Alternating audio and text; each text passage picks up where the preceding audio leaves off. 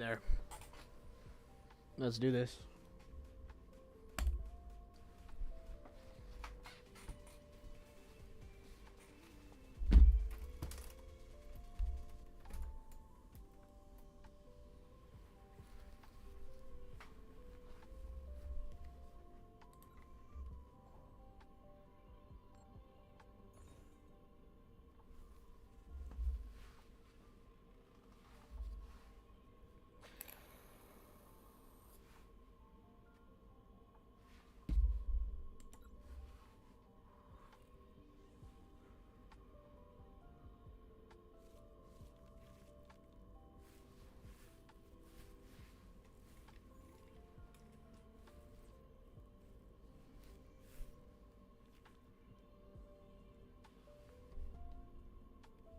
Damn.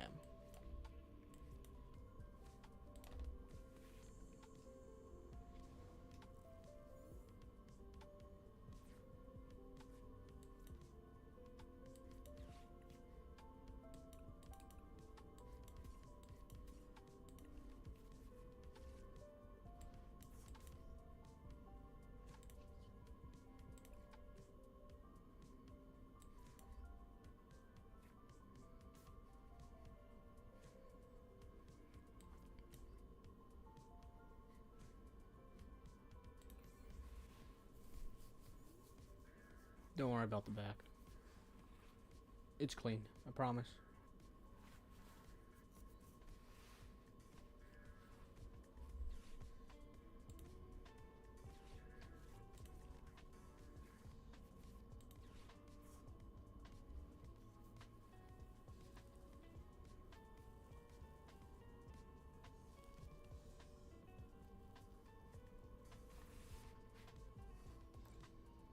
Calm.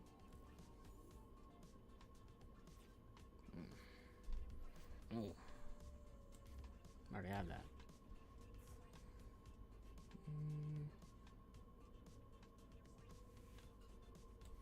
I can do this. I can do... What? Okay. Cool. We take those.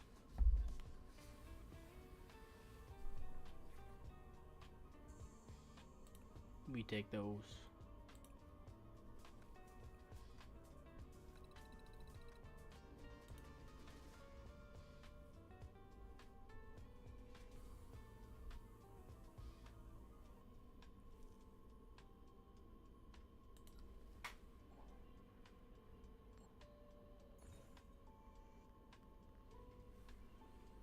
Do we go first?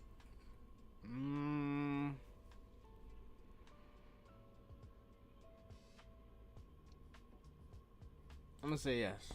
I'm gonna say yes.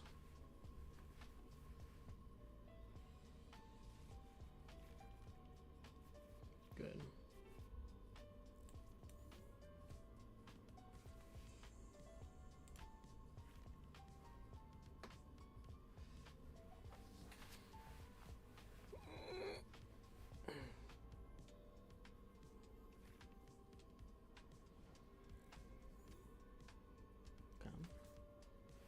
Calm. Let's do this. Damn.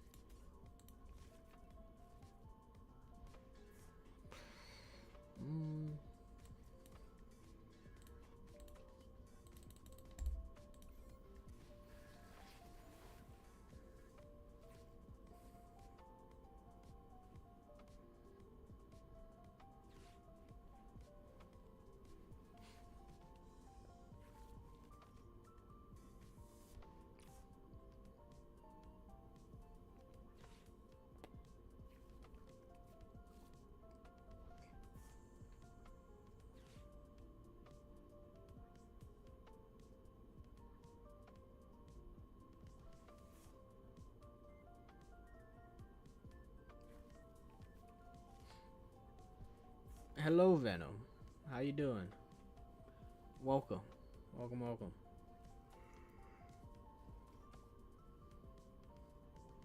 Ah.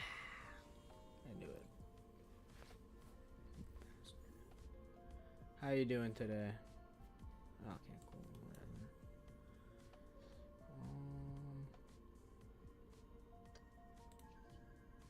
Going to treat.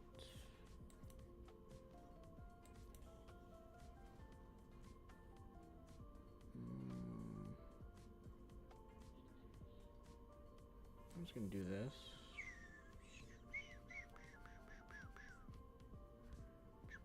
Nah, lilies. Damn. Okay. Let's put him out. Him out. Attach it.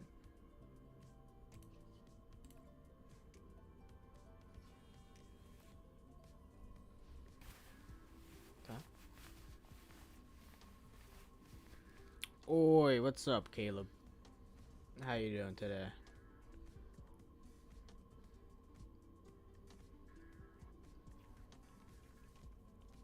Today we're playing ranked. Let's see how far I can climb. Might play some expanded later.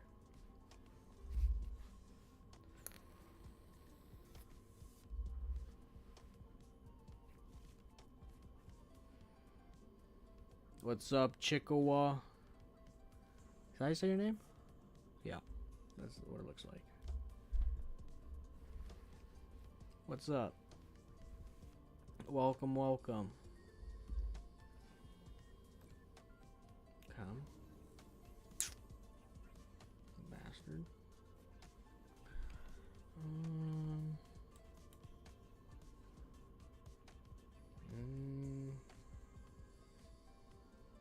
I can't do anything. See how this plays out.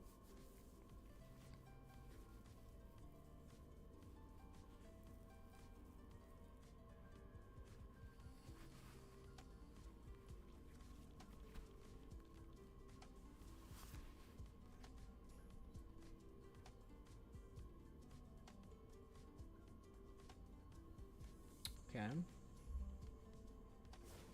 Dang. He got me. He got me.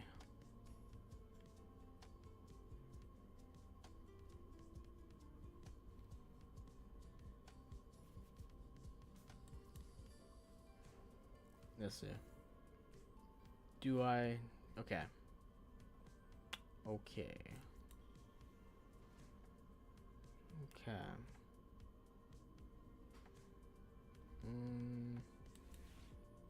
Do this. Thank you.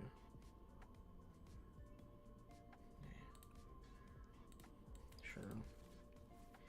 Doesn't matter. This.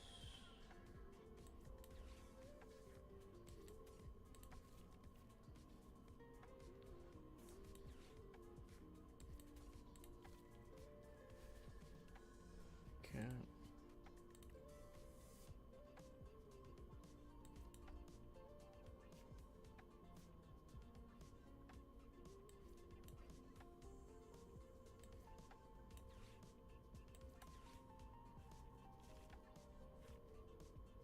Dang. Oh. I'll do this.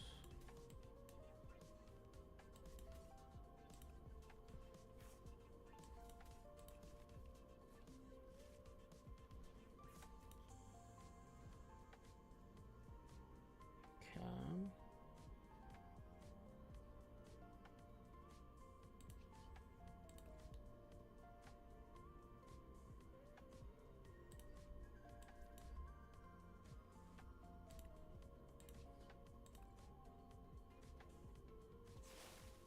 There we go.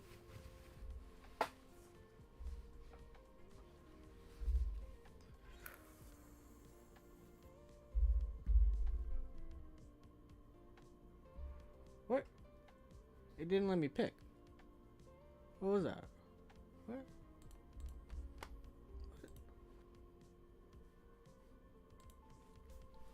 Okay.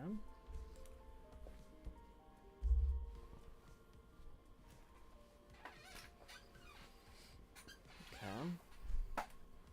didn't let me pick, but I guess I'll take a ogre pawn.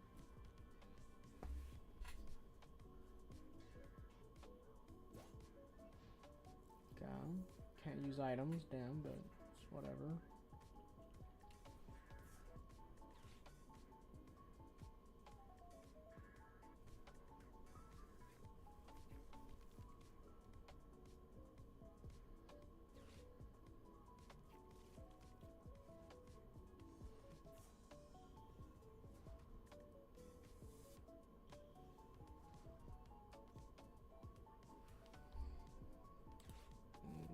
Thank you. Come.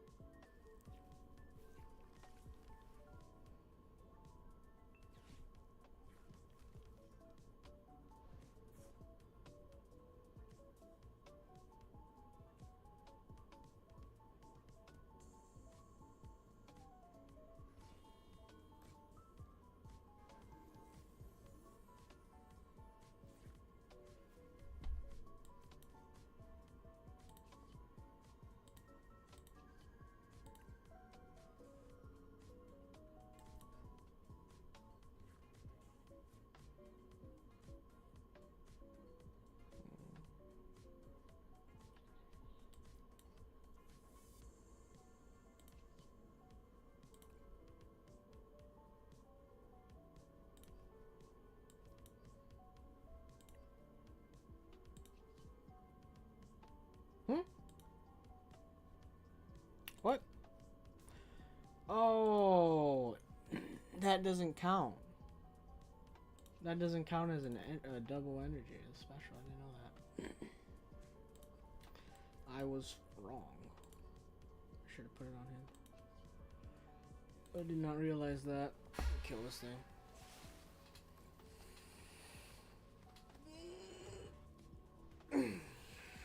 Oh, no, it's letting me pick. Cool.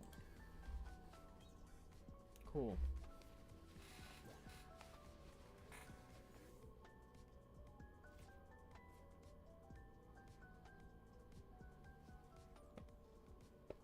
Okay.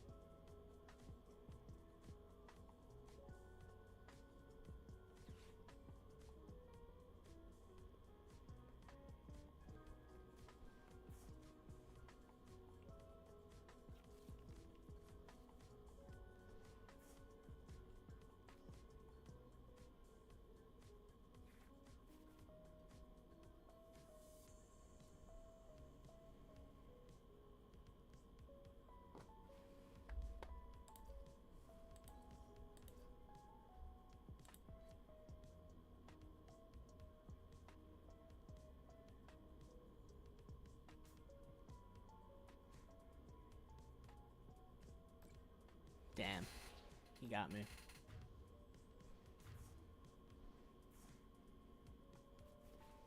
I gotta hit him with one of these. That was a good one. Come.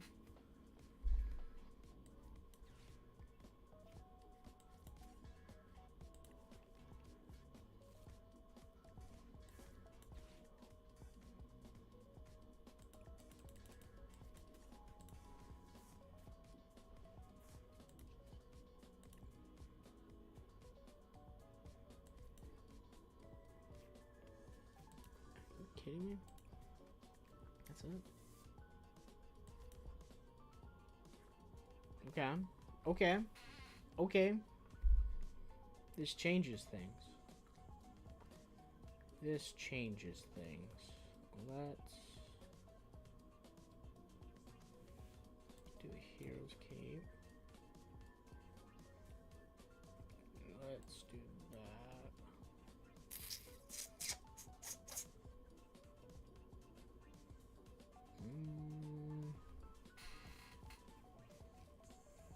Will the 500 HP Mega Venusaur win this out? Let's figure that out. Let's see.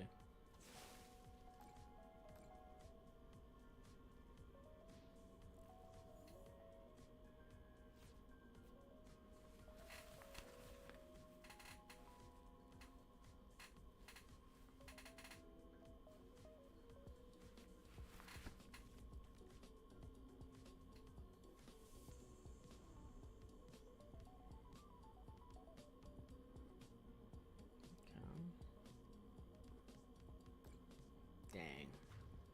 Dang. Dang, he wins. GG. GG. Bullshit. I'll let him do the finishing blow. I'll let him do the finish. That's bullshit. What was that? What is this? 1E. Hold on. I want to read that again. Damn. 130. That's crazy. That's crazy. That's stupid. Oh well. We tried. Yeah. And dead. Cool. Good game, buddy. Good game. I want to rematch that. I wish there's a rematch button. That'd be cool.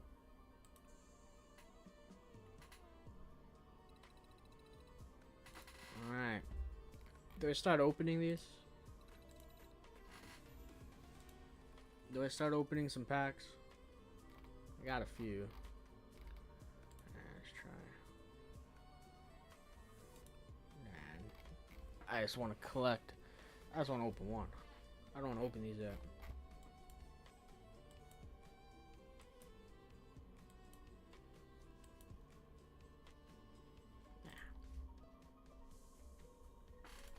Let's go again.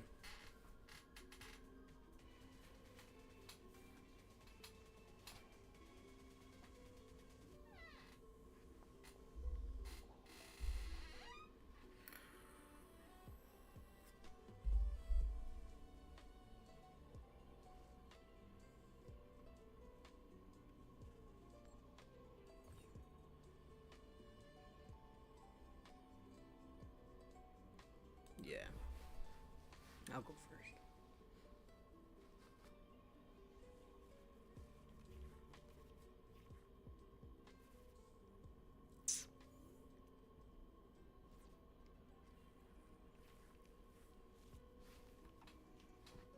And I got two of them. Damn. That's a Bulbasaur. Yeah, what's up with all these Bulbasaur starts? Holy shit. That's annoying. Let me guess, Badoo. Badoo? Is it a Badoo? If it's a Badoo, I'm out. Okay. Okay. Okay. You might be able to pull this off. Might be able to pull something off here. I'm gonna have to wait till second turn, though.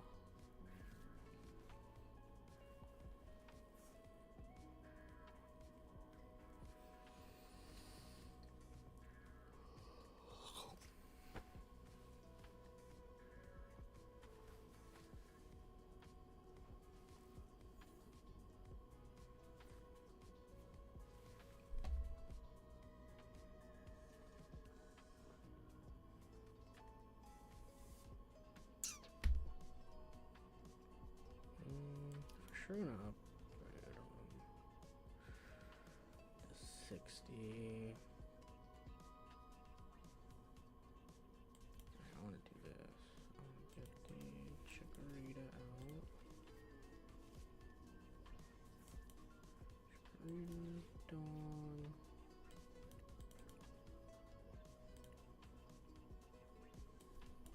Bailey.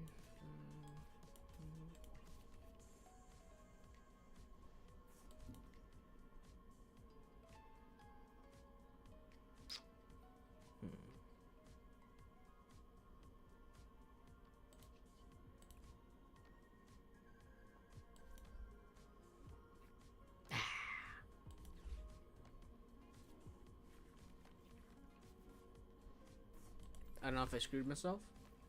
Probably did. I usually do when I do that. Thank you. Thank you. Actually, oh, guys. Guys. We got another one. We got another one.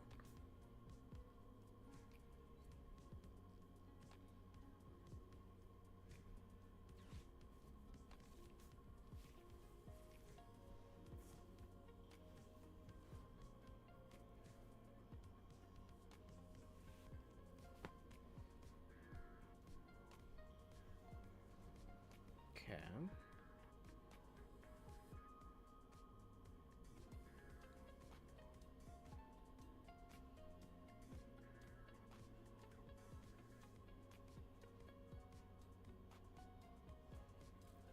Okay.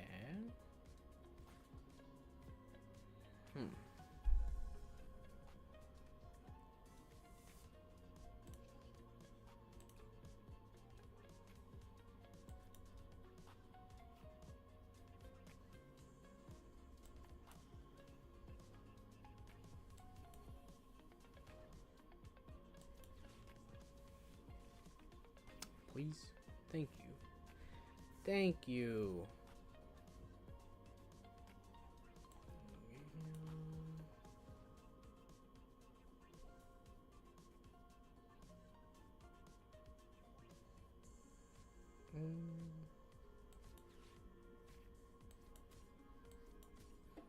Hola. Welcome. Welcome to the stream. Let's see.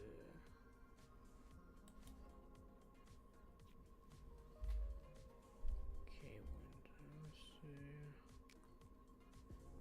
I can one tap this thing. I think I can. This thing.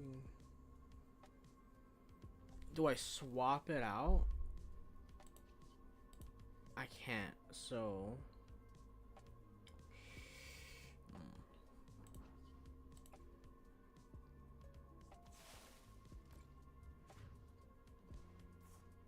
That's all I can do.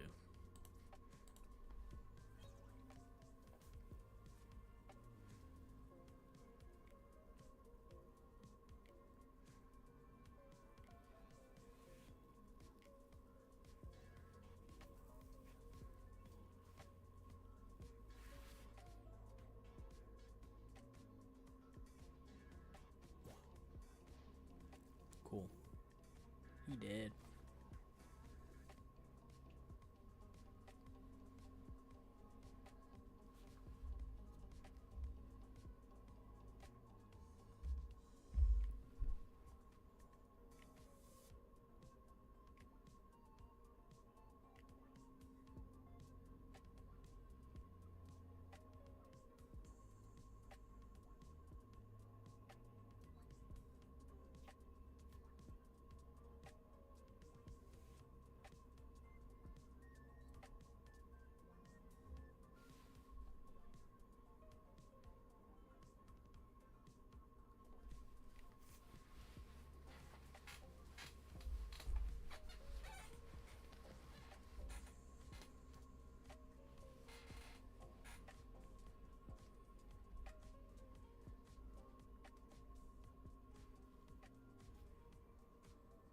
He's thinking.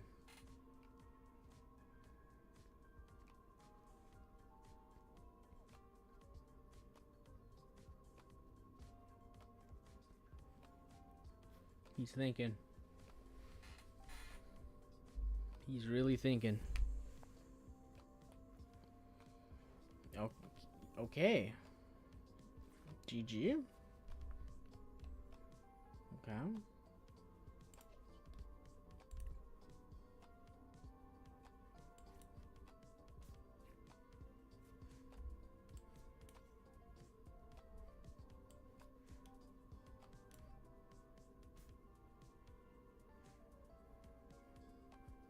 I mean,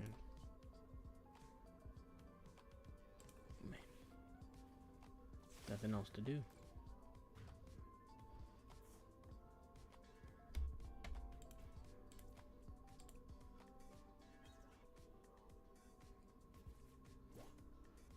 Poor guy. Poor guy. Oh, maybe. Pull something out his ass. Let's see.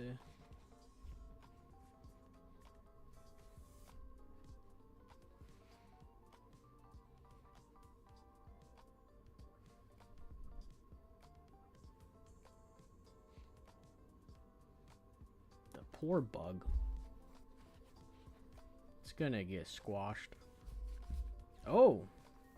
Okay. Okay. We got a power move here. Swap them out.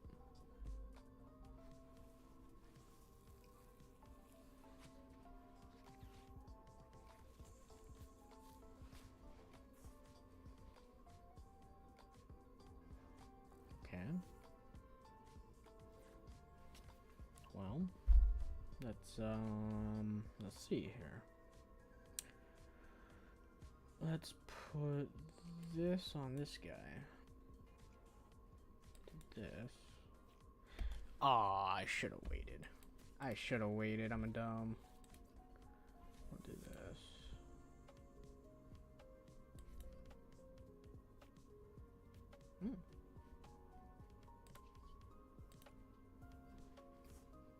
The poor bug. The poor bug.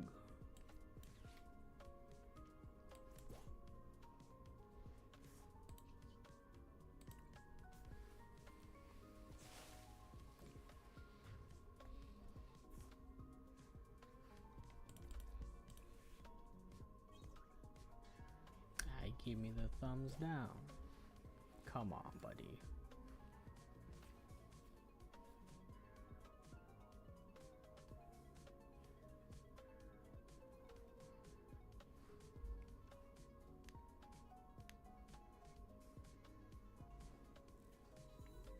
No, GG.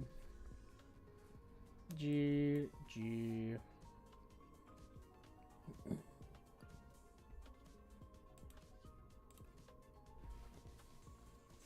Was a good one.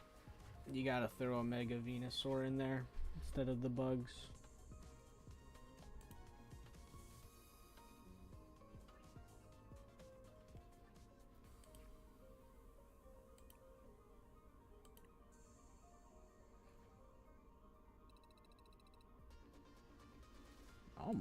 Almost at 200.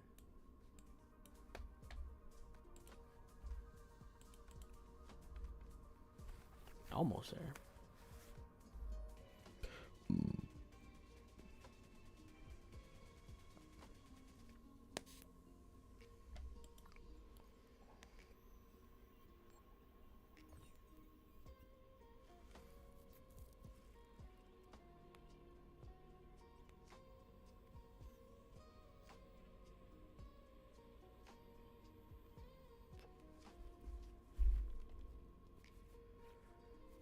Okay.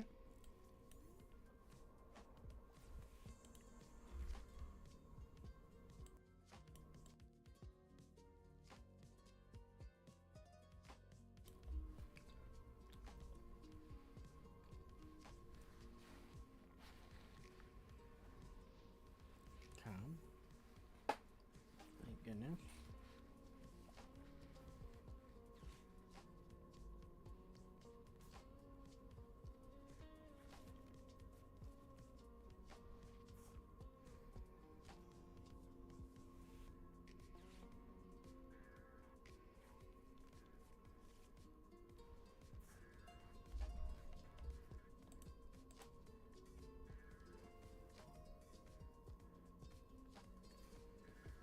It's just me and you.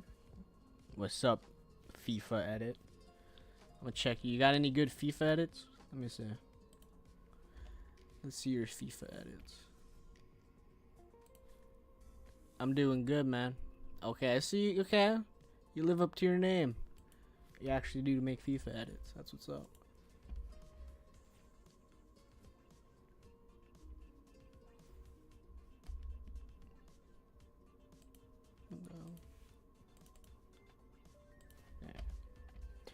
Welcome. You're the only one in here, which is fine. I stream just to stream. I'm doing this regardless, so might as well stream it.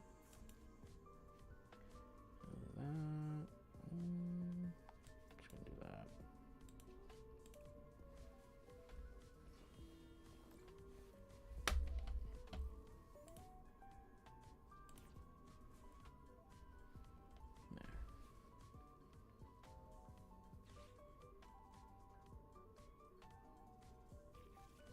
Nah, it's fine. I only started like yesterday, so I'm not expecting like 1,000 people in here, so that's fine.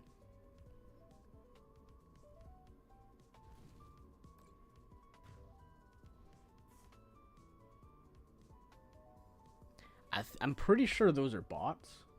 I'm pretty sure. Like a while ago, I had like 50. No one was talking. I'm pretty sure it's a bot. I'm pretty sure YouTube's doing some like bot stuff. I can't prove it, but like even yesterday, like I went up to like 95 somehow, but like it didn't count towards my analytics, so I don't know. I'm pretty sure these lower channels are just botted to like keep me going. I think it just makes it look like someone's watching. I lost this game. I get this done. GG. Bad hands.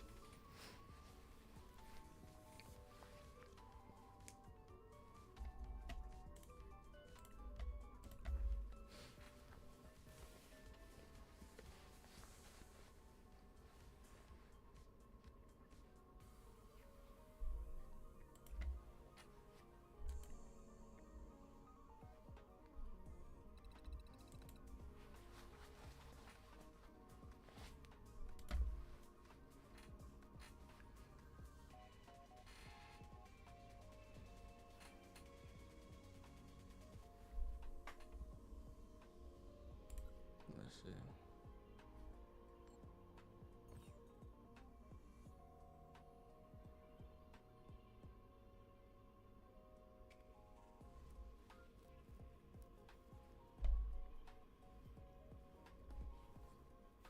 You know what I'm gonna do actually?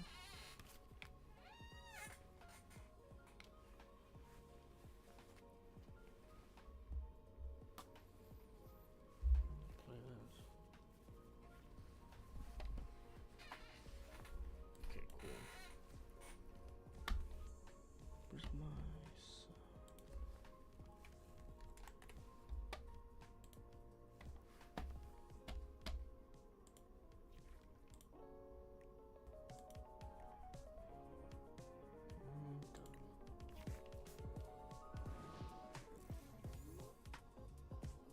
What's up, dude?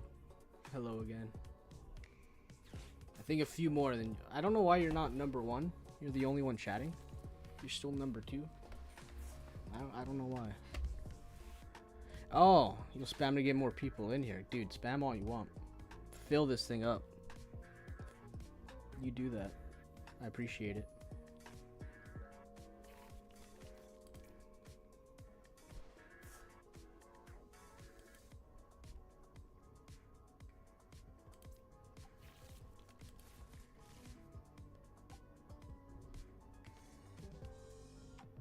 You don't know, man. Yeah, it's fine, dude. Thank you. I appreciate it. I'm just chilling. Like if people stop by, say hi, that's great. But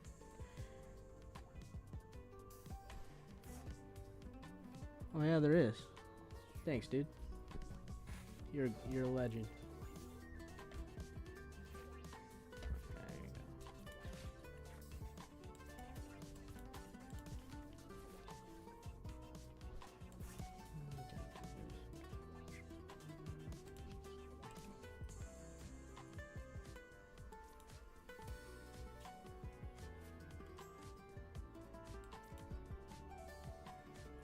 you go. Save that.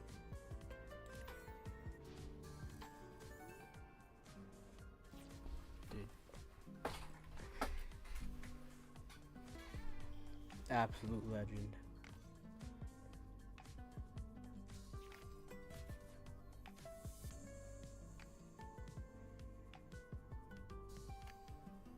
I'm sure if I stream consistently, I'll get more people in here. But right now, I'm just doing it for fun, man. Thanks. I appreciate it.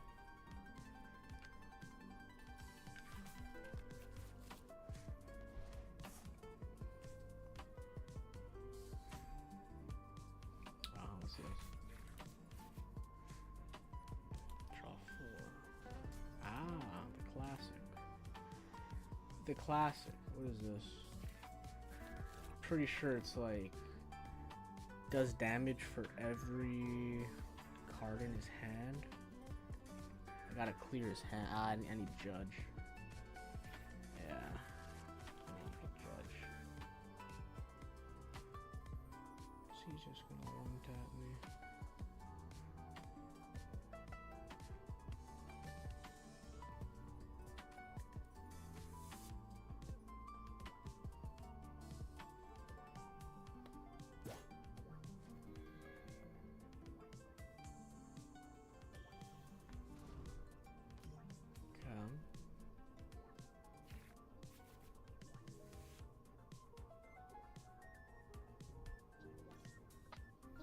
Let's rotate that one in, if anything.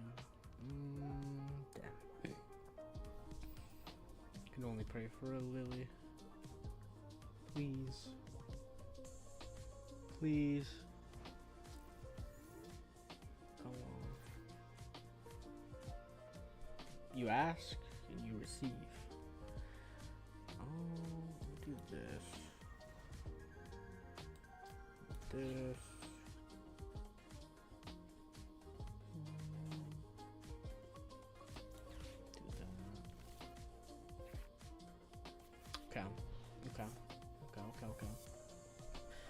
Okay. Wait, I can't use this again. Oh, I shuffle now. Okay. Can't use Dawn till next, so I'm gonna have to. So that's just gonna one tap this dude.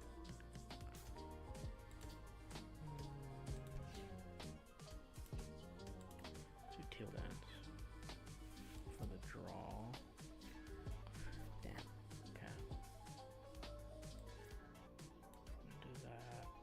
This. Yeah.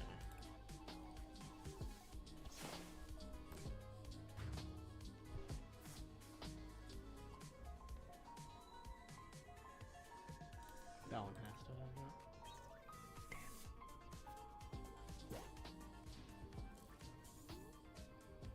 Yeah, he's gone. He's dead. At least I can. Yeah. What's that? That's a lot. That's a lot of damage. That is a dead Ogerpon. I might build an Alakazam deck. Honestly, it seems pretty broken. I actually like it.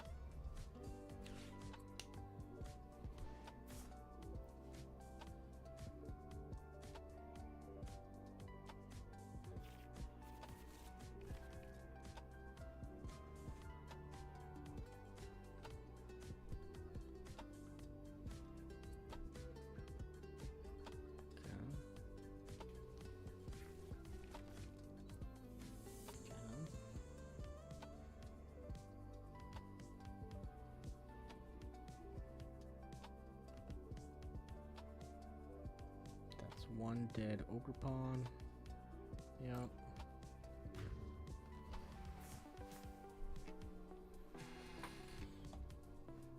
Now if I get a... Damn. Do this. Grab him back. Let's do one more draw.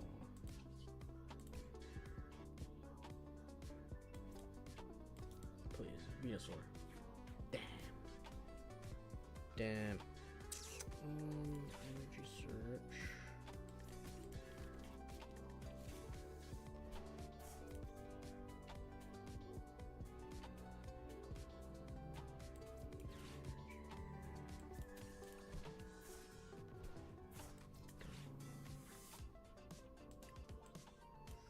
sure that.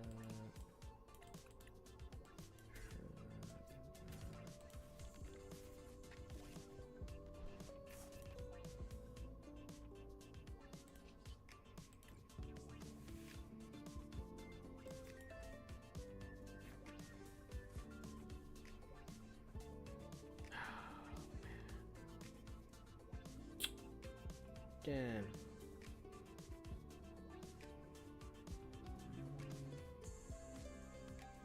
Probably survive one hit. I was really hoping for a big game.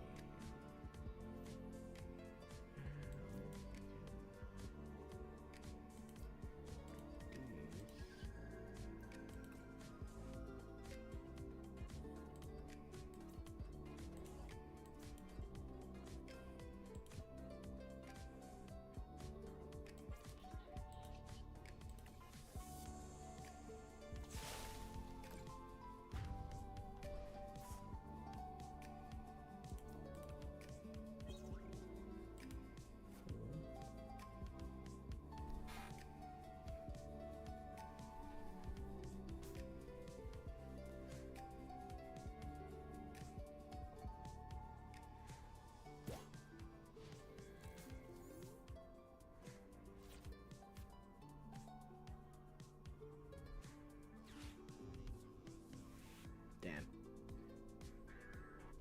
I don't think it's gonna kill me though, right? Like, it's not gonna kill me. I don't think so. Take another one.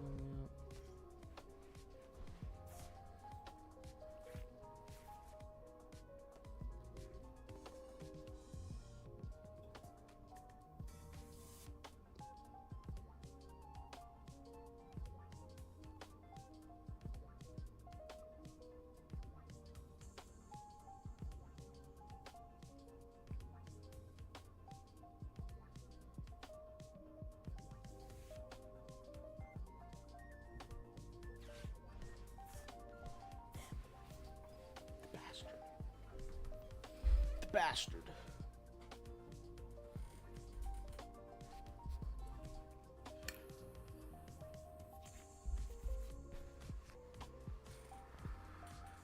Deck yourself out, boy. Damn, he got me. He got me. He got me. See if I can pull this off, though. Let's see. Let's see if I can pull this off. I believe I can. Okay. That gives me 2 draws. Oh, I can't.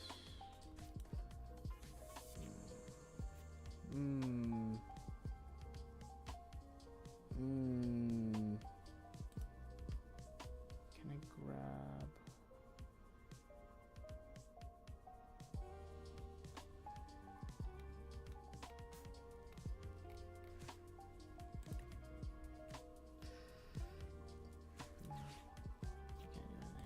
You got this. You won.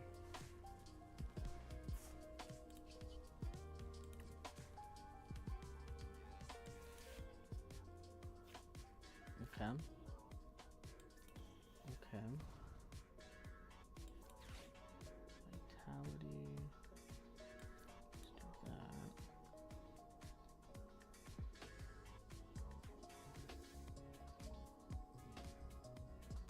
Phase determination.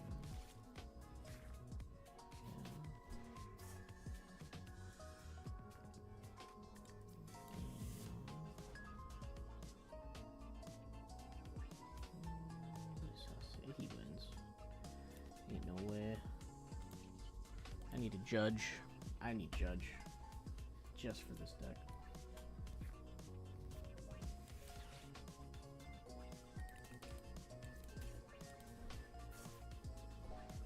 Yeah. GG. Let's do that for fun.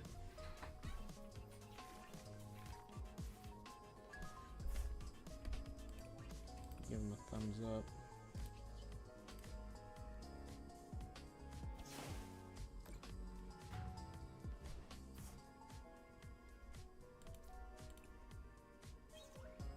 Of course.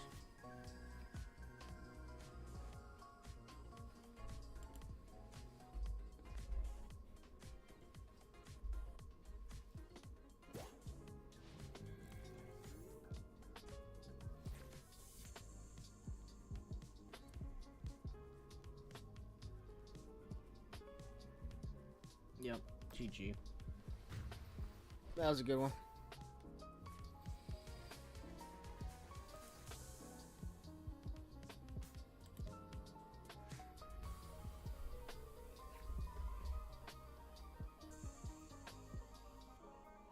Hey, thanks for subscribing, dude. I just got the notification now. Thanks, man. Alright, let's edit this.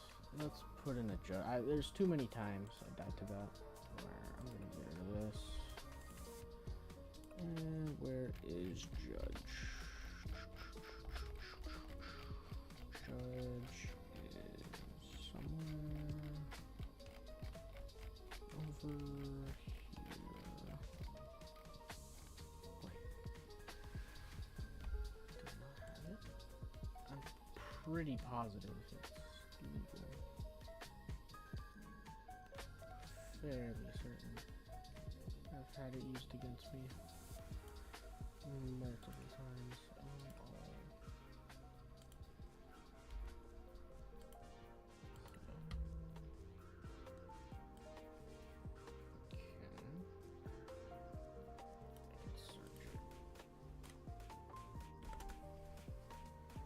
Yeah, I have them.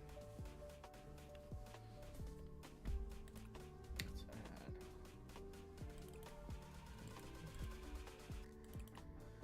That to get rid of.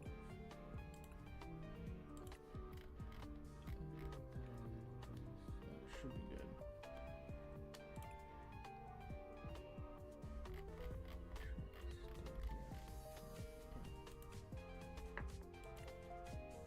Okay. Let's see.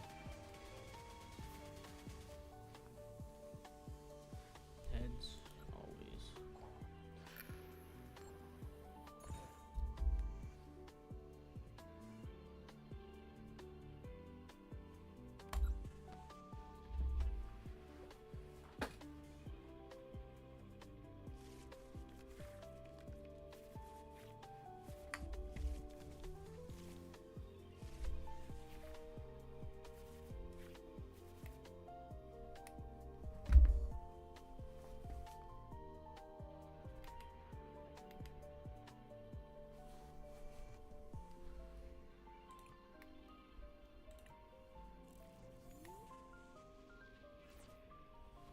There we go. I'm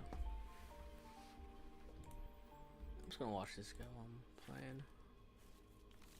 Needs music.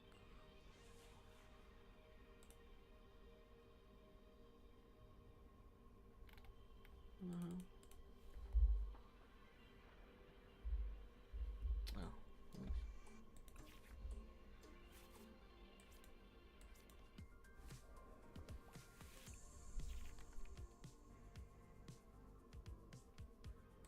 What do you want to do, CJ?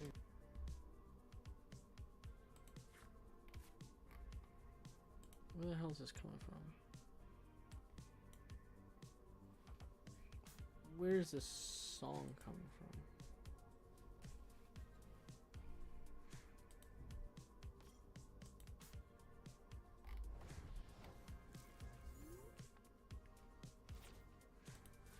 Oh, it's the actual game.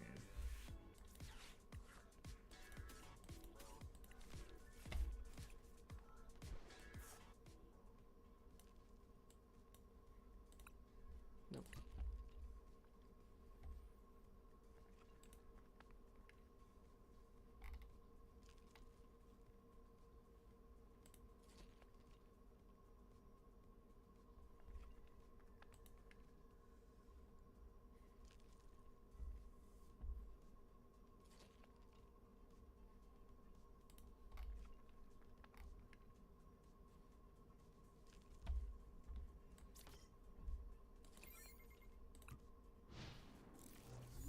What the hell is happening? Hold on. Weird shit's happening.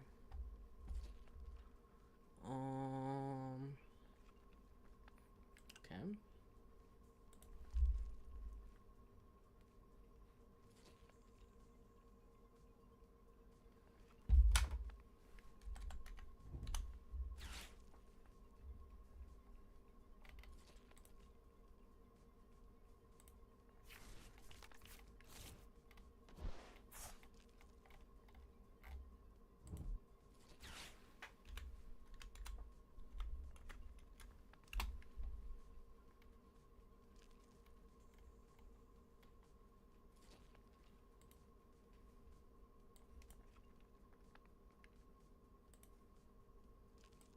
Paul Benovitz was found cowering behind sandbags in his own home, convinced that aliens were injecting him with chemicals through the walls, and There that you his go. wife was controlled by them. Paul was once a brilliant physicist who had held NASA contracts and was now barricaded in his Four Hills mansion, pointing loaded weapons at shadows. This is where most people would end the story. Another guy who went too far, who lost his mind and paid the price. But Paul Benovitz's story doesn't end there. It only begins at that point. This has to be one of the most unbelievable stories that there is. I even read a book for this video. I read a book. I've never done that, ever. The case of Paul Benovitz is not just a case of a scientist who went too deep and lost his grip on reality. It is something far more sinister, something far more calculated, and far more disturbing than I, Let a me little do bootlegger, would a- imagine. What are you doing, Frankie? Digging in the trash? Digging in the trash right now.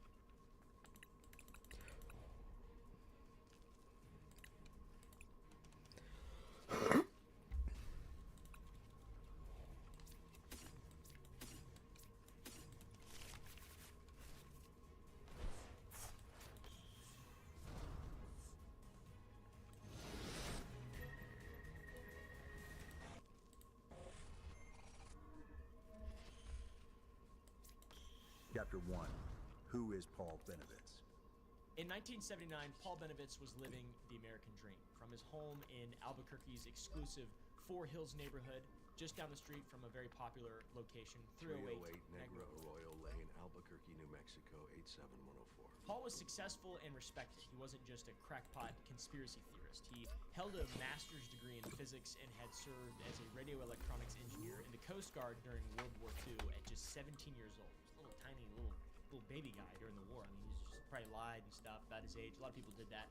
And after the war, he channeled his expertise into the emerging television industry before founding Thunder Scientific Corporation in 1969. And his company wasn't just successful, it was trusted by NASA, the U.S. Air Force, and other government contracts, entities that all require high security clearance. His company specialized in precision temperature and humidity calibration devices, and they were so accurate that they were used in America's most critical aerospace program. And by the late 1970s, Thunder Scientific employed 30 people and generated over $1 million in annual revenue, which is an ass load at that time. Convert it for me, Tara.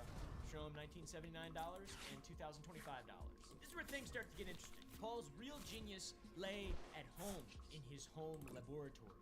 Visitors in Paul's home described a space filled with transformers humming, reel-to-reel tape, recorder whirring, and oscilloscopes and meters everywhere. All professional-grade equipment that Air Force personnel who later examined it called it sophisticated beyond typical civilian capability. It's very important that the Air Force came and investigated it later, by the way. Keep that note in your head. Okay? Hey now. So, Paul Benovitz, pretty smart guy, and also seemingly dangerous.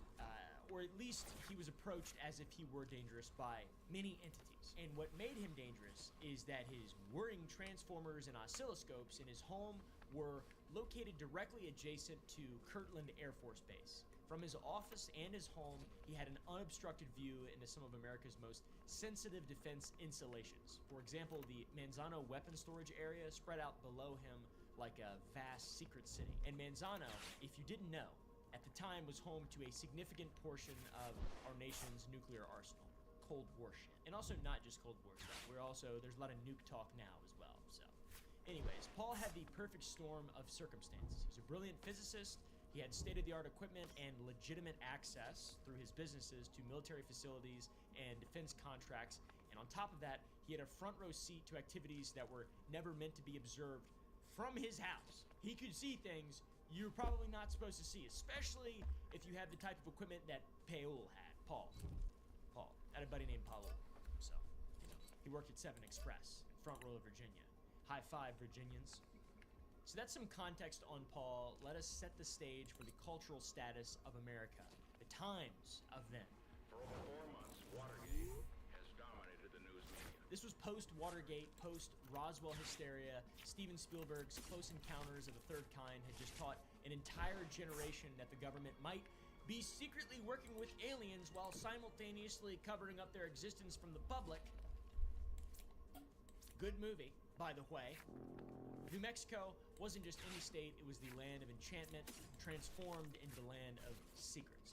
That whole area down there is scary. Ever since the Manhattan Project, post-World War II, that area became a hotbed of scary things that keep me up at night.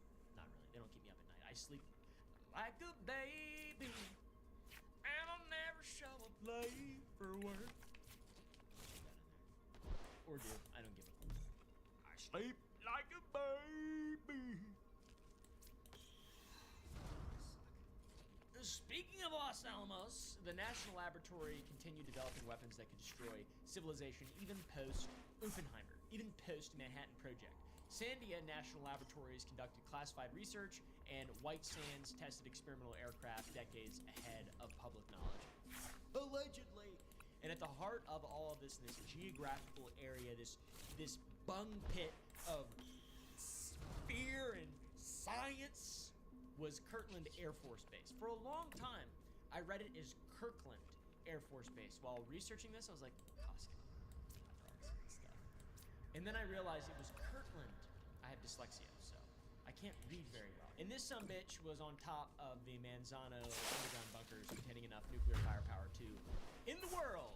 Paul Benovitz had built his American dream in the shadow of America's most dangerous secrets. And in 1979, his curiosity would transform his comfortable life into a nightmare that nobody could have ever predicted. And somehow, I'm sure there's a movie about this. There has to be a movie about this. But this is a story that is so crazy that it needs to be talked about more. It should be taught about in schools. No joke. It probably should, but I was homeschooled. If you guys, I gotta stop saying that. Sometimes I'll say that in a video and someone will comment, "Yeah, I know. Not enjoying this video." Through his curiosity and from his second story deck, Paul was about to witness something that would consume his life, destroy his family, and ultimately reveal a truth even more terrifying than an alien invasion, which is what he revealed. Chapter 2. The Lights over Manzano. Beginning in July of 1979, Paul detected unusual electromagnetic signals from his custom-built radio receivers that were calibrated specifically for the 200 hertz frequency range. His antenna array pointed directly at the Manzano weapons storage complex, and he was picking up what he described as modulated pulse transmissions, and he picked them up loud and clear. He noticed coherent patterns which suggested that they were encrypted military communications. Using his physics background and electronics expertise, he set up an increasingly sophisticated surveillance system and equipment, including telephoto lenses that were so large they dwarfed his cameras. He also set up 8mm film cameras and the specialized radio receivers we just talked about. And by September of 1979, he had begun systemic 24-hour monitoring and documentation of both visual and electromagnetic phenomena around Kirtland Air Force Base and the Manzano Weapons Complex. This is a bad idea. Winter of 1979 marked a turning point for Paul Benovitz. His wife, Cindy, reported being awakened before dawn by their barking dog and hearing a high-pitched buzzing sound in and around their house, which is unusual. Kind of the first thing. By that time, Paul's nightly observations had become systematic. First, he would focus on the Manzano test range, then Coyote Canyon, and nuclear storage areas. He began compiling what would eventually become hundreds of photographs and over 2,600 feet of 8mm film documenting the phenomena he was witnessing. The objects and incidents he was documenting displayed extraordinary capabilities. Things would disappear and reappear miles away in seconds. These are UFOs, UAPs, whatever you want to call them. They exhibited multicolored lights that floated and swooped about over the most sensitive areas of Kirtland AFB. They would appear as glowing dots over a period of minutes and then suddenly flash brilliantly before taking off to fly around mountains low enough to evade radar. So that's scary to a goober like me or maybe a goober like you. But for a man with a background like Benovitz, what he's describing has to be pretty interesting. Being a guy who was in a war and an actual professional science man who also looked like this, he looked badass. I mean, check that fit out. Oh my God. If he cares about this stuff, it's not as easily to just dismiss it as some nonsense. You think he would know if it's conventional aircraft or natural phenomenon. So now he's a UFO enthusiast, okay? But the technical sophistication of Paul Benovitz's approach absolutely, unequivocally set him apart from typical UFO enthusiasts. He's right next to a government base, and he's looking, not with binoculars or really good prescription glasses, but sophisticated Nikola Tesla stuff. The point is, Paul is not just idly speculating. What's that in the sky? It's a ship! He's applying rigorous scientific methodology to extraordinary observations that he's making and documenting, all using professional-grade equipment deployed by a trained physicist. So, take that as you will. Plus, as a defense contractor with legitimate access to Kirtland AFB, Benovitz understood the significance of what he was witnessing. He was witnessing objects with impossible capabilities hovering over America's nuclear arsenal, which represents either an extraordinary threat or evidence of technology well beyond what is publicly known or available. And by 1980, Benovitz had become convinced that he was witnessing something that posed a genuine threat to national security. The evidence was mounting, and the patterns were becoming clear, and the implications were becoming more and more real and terrifying to him. There's aliens, and they're flying over our bases where we have nukes. That seemed to be what his main fears were. Then we fast forward to August 9th of 1980, and his concerns seemed to be validated. Just after midnight, he witnessed yet again something extraordinary happening at the Manzano Weapons Storage Complex, my favorite daytime brunch eatery. 3 Kirtland security guards, along with a Sandia Lab security patrol, witnessed a bright light descend and hover near a nuclear bunker containing HQCR-44 material, which is military code for nukes. Alright? And when one guard approached with a shotgun, his radio failed mysteriously. It ceased to function, which means wizards and magic and stuff. The object was described as round and disc-shaped, and it hovered just a few feet off the ground before it shot straight up and was lost to view in seconds. Which, by the way, at this point, people who see UFOs are all crazy as hell. They're all insane, crazy people.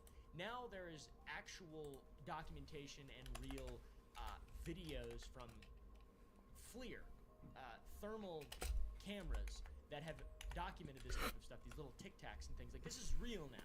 As of 2023, when the disclosure started, now you don't have to be a paranoid schizophrenic to believe this and say this stuff. This is just reality now. This guy was completely right. He saw some shit. Allegedly. Allegedly. All right. The point is, this wasn't just Paul's word anymore. There is corroboration now. You've got a group of people who seen some shit, and the incident was so serious that it resulted in an official AFOSI complaint form that was filed by Special Agent Richard Doty. So that's a real crystallized incident that happened beyond just Paul that we can use to corroborate future information with, because we're gonna need a lot of that. 4 days later, on August 13th in 1980, every radar facility in the Albuquerque area was simultaneously disabled for nearly 6 hours, from 4:30 p.m. to 10:15 p.m. Military and civilian radar systems all failed, backup systems wouldn't activate, and communication maintenance specialists couldn't explain the interference during this time. And the Defense Nuclear Agency triangulated the jamming signal to inside Kirtland Base near Coyote Canyon, which is the exact location of the UFO sightings that we're talking about. The official AFOSI assessment was pretty scary. It was as follows. Presence of a hostile intelligence jamming radar cannot be ruled out. I'm gonna be honest with you, that's really weird, and it's like disembodied, and it sounds weird, and I don't like it, so can you stop that? Before I pull your head off. Put you in my butt. I would never do that. Then a little while later, on October 24th, 1980, Paul made a decision that would unfortunately seal his fate. He formally contacted Kirtland Air Force Base to report what he considered a real threat against Manzano Weapons Storage Area by UFOs. You'd think he should have done that, for sure. You'd be like, well, yeah, tell them that they're getting attacked by aliens and stuff. There's like a Tic Tac flying around, fucking, it doesn't even taste good and stuff. It's just scary. It's just a scary Tic Tac. But no, this was bad. This was the beginning of the end for Paul, unfortunately. Paul's initial contact with Kirtland AFB was Major Ernest E. Edwards, aka Dr. Fudd, and the major referred him to the AFOSI Air Force Office of Special Investigations agent Richard Doty that we just mentioned a little while ago. This referral was a pretty consequential moment in the life of Paul Benovitz. He didn't know at the time. He figured I should probably tell them, and honestly, he's right, but he was not right. He shouldn't have done that. Chapter 3, The Rabbit Hole. Why does your voice sound so cool? Before we move further in this story, we have to take a bit of a step back. There's a seemingly unrelated event that would, in fact, completely convert Paul Benovitz from a concerned observer of mysterious phenomena to a true believer that the end times are nigh and aliens are thine propagating it. What the hell y'all doing back there? Just a few months before, on May 5th, 1980, a woman calling herself Myrna Hansen reported to Cimarron, New Mexico State Police that she and her son had witnessed two massive silent objects that were approximately the size of Goodyear blimps. Her and her son witnessed these hovering over a meadow near Eagle Nest, which is this location on this map, and that is related to all these other locations on the map. The police referred her case to Officer Gabe Valdez in Dulce, New Mexico, who immediately contacted Paul Benovitz. Why?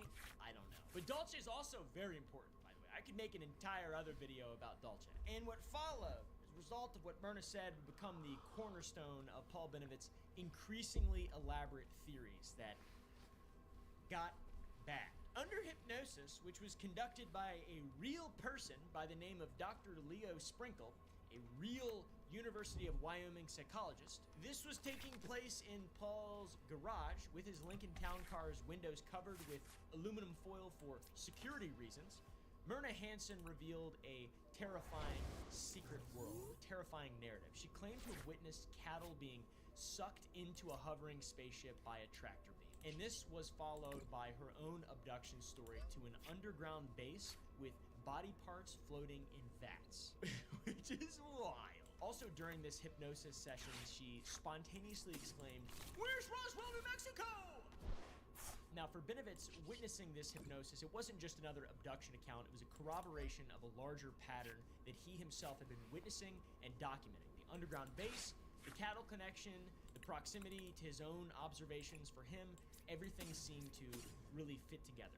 And the hypnosis session marked a critical escalation in Benovitz's beliefs in his trajectory. This is before he told the AFB about this, but a very important event nonetheless. By June 3rd, 1980, just a few weeks later, when Dr. Sprinkle returned, he found Paul Benovitz armed with both pistol and rifles, expressing urgent concerns about protecting his family from alien threats. The aluminum foil from the original session already suggested a developing level of paranoia about surveillance and some mind control stuff, but the concerns now were on another level. It seemed, though, Paul's concerns were being taken seriously, and they were being taken seriously at the highest levels.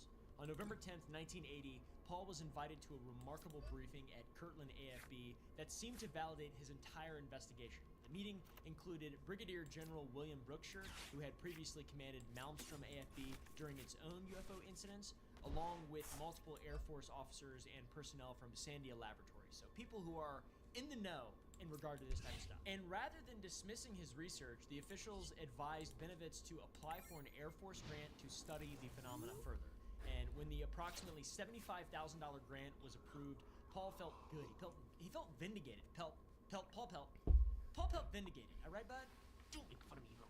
Who even are you? Where'd you come from? At this point, the United States Air Force was essentially funding Paul Benovitz's UFO research, which is proof, I think, that observations were taken seriously by the highest levels of military intelligence. And this is legit. And unfortunately, one thing Paul didn't know is that this meeting would change everything for him, and not in a good way at all. Not in a good way, even a little bit. And through the summer of 1980, Benovitz's surveillance intensified. He really got serious with it. He went pro.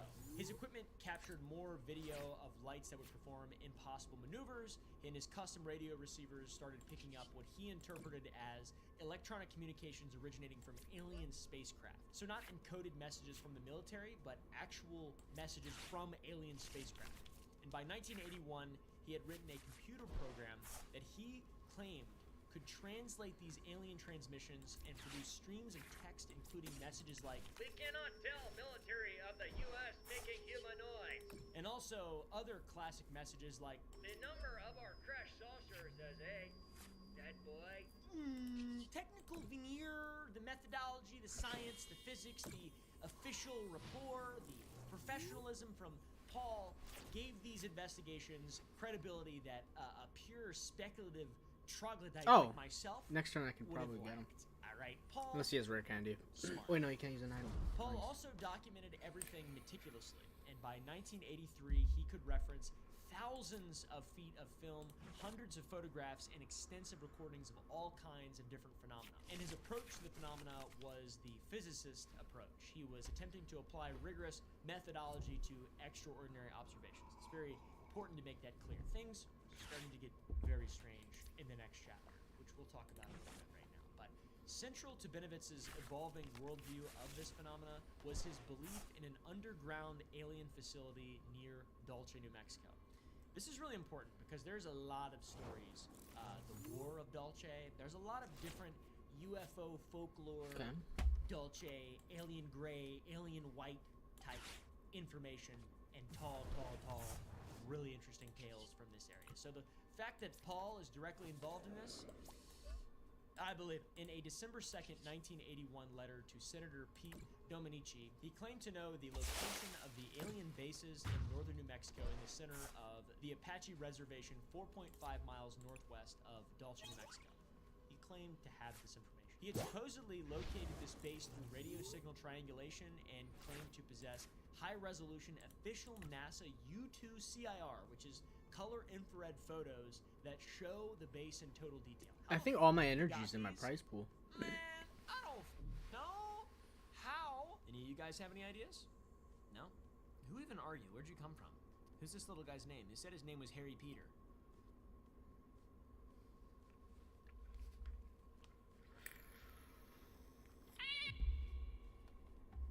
Have you ever woken up with one of your eyeballs laying beside you and wondered, well, that's probably not good? I haven't, but some people probably have. If you have, consider using ZocDoc. It's and this Dulce base, as it's come to be known in UFO folklore, has been described as a 7-story underground structure beneath Archuleta Mesa, which is operated jointly by aliens and the United States government and government personnel. Pretty cool. Sounds cool to me. And according to Benowitz's theories, this facility was the site of genetic experiments creating human-alien hybrids with the vats of body parts that Miss Hansen had described under hypnosis, serving as evidence of these horrific activities. That woman from a little while ago, she described events in Dulce base, and they appear to be making human hybrids. Dang. Shit, what in the heck? So Benowitz's theories now expand to encompass a complete narrative of alien-human collaboration, alien and human government collaboration, that also includes my favorite part of UFO folklore, the Dulce. There we go. If you haven't heard of this, strap in. It's pretty wild. Big lore. All amongst many other people believe that the U.S. military had made a deal with aliens several years ago, and a sort of gist of it is they traded Indian reservation land and cattle access for advanced alien technology. So you have cattle mutilations, and you have the government flying around Tic Tacs or whatever. And they established a base alongside the alienoid creatures, like our boy the relic down there, and they're testing stuff out in the desert, up to no good. But according to Paul's research, this all ended in total disaster. The Dulce War occurred, which is when humans and aliens went to battle. In Paul's December 2nd, 1981 letter to Senator Pete Domenici, Benowitz detailed what he believed was a catastrophic confrontation that had shattered the human and alien partnership. Paul's version of events goes as follows. The joint underground facility beneath the Archuleta Mesa had become a powder keg of tension between the human military and our government and their alien partners, and the conflict, as Paul understood it, had erupted over weapons technology, possibly disputes about what humans could access or disagreements about the aliens' advanced armaments. And the confrontation had escalated so rapidly and violently that U.S. military forces were forced to evacuate entirely from the area. And according to the intelligence Paul had gathered, there was a firefight between human forces and the Greys, and it had been catastrophic. He believed approximately 60 people had died in the underground battle, the Dulce War. American military personnel, scientists, and security forces who had been stationed at the joint facility. And the aliens, using their advanced weaponry, had overwhelmed the human defenders, I don't know, whatever you want to call them, in what amounted to be a massacre beneath the New Mexico desert. The Dulce War. How wild is that? And there's people who have testified in court about this. Huh? People who were wounded. But that's a whole nother video. But anyways, Paul's account to Senator Dominici, his phrase about the final circumstance of the men being unknown, it's not a routine military withdrawal. It was an emergency evacuation from this area where American personnel simply vanished. Were they killed, taken prisoner, vaporized with alien weapons like that one movie with Jack Nicholson in it?